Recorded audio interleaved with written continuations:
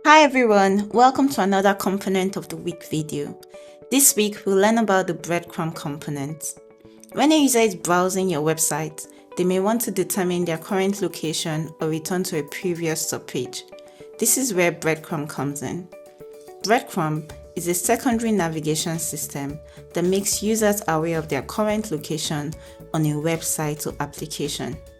A good use case for breadcrumbs is when the site contains 3 or more levels of hierarchy and you want to allow users to navigate or quickly jump back to a parent level.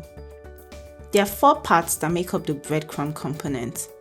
Breadcrumb, which is the parent container, breadcrumb item that contains a link and a separator or divider, breadcrumb link that initiates action, and a breadcrumb separator, which is the visual separator between each breadcrumb. A basic usage of the breadcrumb component is to create individual breadcrumb items that contain a breadcrumb link. When using breadcrumb, it is important to note that adding a link to the last breadcrumb item will confuse users, since that is the page you are already viewing.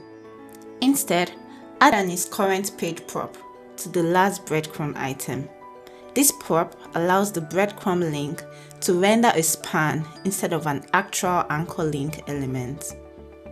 Finally, we wrap the breadcrumb as the parent element.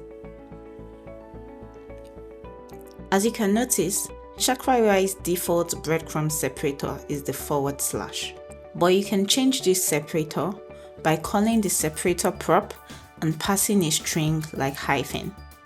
Alternatively, you can use an icon.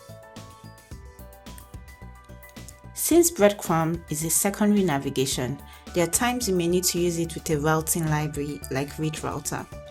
To achieve this, pass the as_prop to the breadcrumb link component.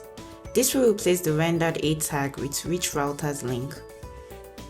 Breadcrumb is fully accessible and composable, so you can pass all box props to change the style of breadcrumb. To learn more about how to customize breadcrumb, check out chakraui.com.